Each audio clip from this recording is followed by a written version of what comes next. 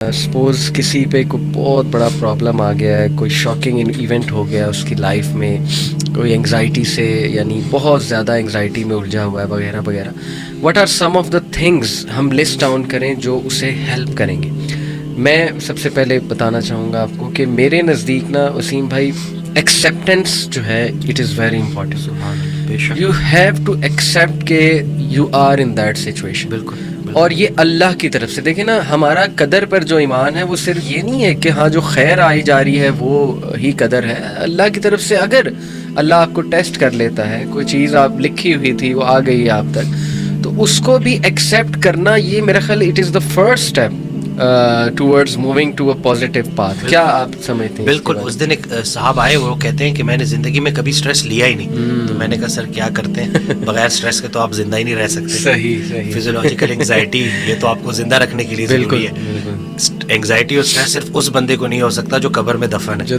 بالکل. باقی جو زندہ ہے نا، تو میں نے کہا اس کو ایکسیپٹ کریں. یہ آپ کا بڑا خطرناک جملہ تھا جس کی وجہ سے آپ کا چہرہ کوئی اور کہانی بتا رہا ہے. آپ کی زبان جو ہے وہ ایکسیپٹنس میں ہے ہی نہیں، وہ ایکسیپٹ کر ہی نہیں رہی. تو سب سے پہلا کام کہ جی بالکل میں بیمار ہوں لیکن بیماری کی شفا موجود ہے. کیا بات ہے. آپ نے ایکسیپٹ کرنا ہے. ہم جو ہے نا وہ ڈینائل میں رہتے ہیں صحیح کہ نہیں مجھے کسی ہیلپ کی ضرورت ہی نہیں ہے. بالکل صحیح. ایسا بالکل بھی نہیں ہے. بیماریاں آتی ہیں.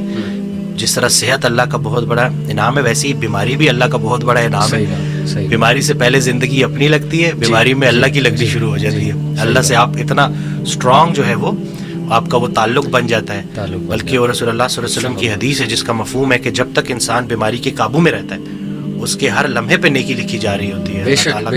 تو یہ اگر ہم جو ہے اس بیماری کو بھی اللہ کی ریفرنس سے دیکھیں جی تو ہم اس کو بالکل پراپر طریقے سے ایکسیپٹ کریں گے. صحیح بات. اور آہستہ آہستہ انشاءاللہ بہتر دن بھی آئیں گے. اور جس کو وسیم بھائی ہم اکثر بڑی سخت آزمائش سمجھ رہے ہوتے ہیں نا، I think that is the refinement process, not even an آزمائش.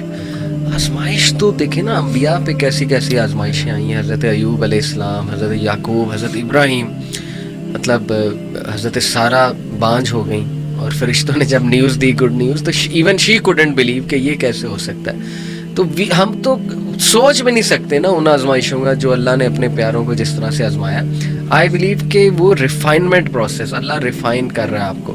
ابھی ریسنٹلی وسیم بھائی ایک میرے پاس ایک سسٹر کا میسج آیا، تو کافی پریشان تھی. شی سیڈ کہ میرے ٹوئنز بچے ہیں، اور بھی ہیں 2-3 اور بچے بھی ہیں ان کے، لیکن دے ور دا فرسٹ بورن. یہ ٹوئنز جو ہیں دونوں بیٹے ہیں. شی سیڈ کہ انہیں کوئی نیورولوجیکل ڈس آرڈر ہے، ان کی نا گردن نہیں ٹکتی، اور ہر وقت یعنی ظاہر ہے کہ parents become dependent on such children. تو شی سیڈ کہ ان کا امیون سسٹم بھی بہت ویک ہے، یعنی انہیں ہر تیسرے دن کو بیماری ہو جاتی ہے. تو ہر وقت نا ہم کھپے ہوئے ہیں ان کے ساتھ ہی جو نا ہم جڑے ہوئے ہیں. اینڈ شی واز سیئنگ کہ مجھے نہیں یقین آ رہا یہ میرے ساتھ ہو گیا، اور میں کویسچن کرتی ہوں اس کو، ڈیلی کویسچن کرتی ہوں کہ یہ کیوں ہوا میرے ساتھ، اور میں اللہ سے بھی پوچھتی ہوں کہ میرے ساتھ کیوں. اور آہستہ آہستہ میں اللہ کے بارے میں تھوڑا سا نیگیٹو بھی جو ہے نا وہ ہوتی جا رہی. سب سے پہلے تو میں نے اپریشیٹ کیا کہ آپ نے اپنی وہ دل کی ایک وہ صحیح خیالات جو ہیں ان کو سامنے رکھا ہے. ظاہر اٹس امپورٹنٹ. لیکن پھر میں نے ان کہا کہ دیکھیں، سب سے پہلے یو ہیو ٹو ایکسیپٹ کہ you are in this situation and it is from Allah سبحانہ و تعالیٰ.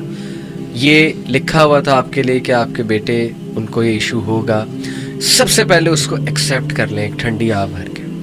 اس کے بعد یہ سوچیں کہ یہ اللہ سبحانہ و تعالیٰ کی طرف سے ضرور اس میں کوئی خیر. اور پھر میں نے انہیں کئی خیریں گنائی. ایک تو یہ کہ دیکھیں، میں نے کہا جو ایسے بچوں کی کفالت کرتے ہیں جو اللہ کی طرف سے ایک آزمائش ہیں، تو ایسے بچے تو ویسے ہی پل صراط سے ان کے لیے ایک جو ہے نا وہ آپ کہہ لیں کہ نجات کا باعث بنے. حدیث میں الفاظ ہیں اس طرح. دوسرا یہ کہ ایک ایک موقع پہ آپ کے گناہ جھڑ رہے ہیں، یعنی اللہ کو پتہ ہے نا یہ میرا بندہ ہر وقت پریشان اور کھپا ہوا ہے، تو اللہ آسانی بھی پیدا کرے گا. ہو سکتا ہے آپ کو وہ ابھی سمجھ آ جائے کہ یہ کیا تھا مقصد ان بچوں کا، ہو سکتا ہے آپ کو قیامت والے دن دکھائے اللہ. تو یہ تو انسان کبھی نہیں کہہ سکتا نا کہ نہیں جی I am destroyed, I am doomed and I am gone. کئی لوگ ہیں وسیم بھائی، میں نے انہیں مثال دی ان کی کہ اگین یہ بھی مثال میرے وہ جو کلوز ریلیٹیو ہیں انہوں نے ہی بتائی. ان سے میری یہ گپ شپ لگی رہتی ہے ماشاء اللہ، جیسے ابھی آپ سے لگا رہا، تو ان کے پاس بھی کافی اگزامپلس ہوتی ہیں، تو بڑا مزہ آتا ہے ان کے پاس بیٹھ کے. انہوں نے اپنے ایک اور دوست کی بات بتائی کہ ان کو جو پہلا بیٹا ہوا وہ ہینڈی کیپ تھا، اور ڈاکٹرز نے جواب دے دیا کہ جی یہ یا تو اسے وینٹیلیٹر سے اتار دیں گے ہم, ٹھیک ہے, تو ہی از ڈیڈ, جب بالکل چھوٹا تھا, یا یہ کہ اس کا ہم تھوڑا بہت علاج کرتے ہیں لیکن he will be handicapped for life, کوئی اس کو ریئر ڈیزیز تھی. ہی سیڈ کہ نہیں ہمارا اس پہ بلیف نہیں ہے کہ مار دیا جائے. مرسی کلنگ آپ کو پتہ ہے ویسٹ میں ایک پورا کانسیپٹ ہے. ہی سیڈ کہ نہیں مجھے قبول ہے یہ بچہ. اور وسیم بھائی وہ کہتے ہیں کہ میں نے آج تک اس بندے کے منہ پہ شکایت نہیں دیکھی, and he loves his son so much. 6 سال 7 سال کا وہ بچہ ہو گیا, یعنی وہ اتنی ایفرٹ کر رہا ہے نا وہ بندہ اپنے بچے کے لیے.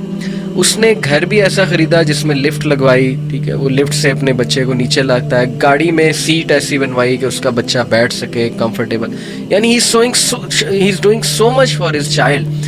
ڈو یو تھنک اللہ تعالیٰ اس کی تمام ایفرٹس ویسٹ کر دے گا؟ اللہ تعالیٰ اس کو جزا نہیں دے گا. اللہ کہتا ہے کہ ذرہ برابر بھی نیکی کرو گے نا میں سامنے لے آؤں گا, اور ذرہ برابر بھی برائی کی ہوگی میں اس کو بھی سامنے لے آؤں گا. اور اللہ کہتا ہے کہ اس محسنین کو تو اللہ پھر ایسے ریوارڈ کرے گا کہ آپ جو ہے وہ سوچ بھی نہیں سکتے.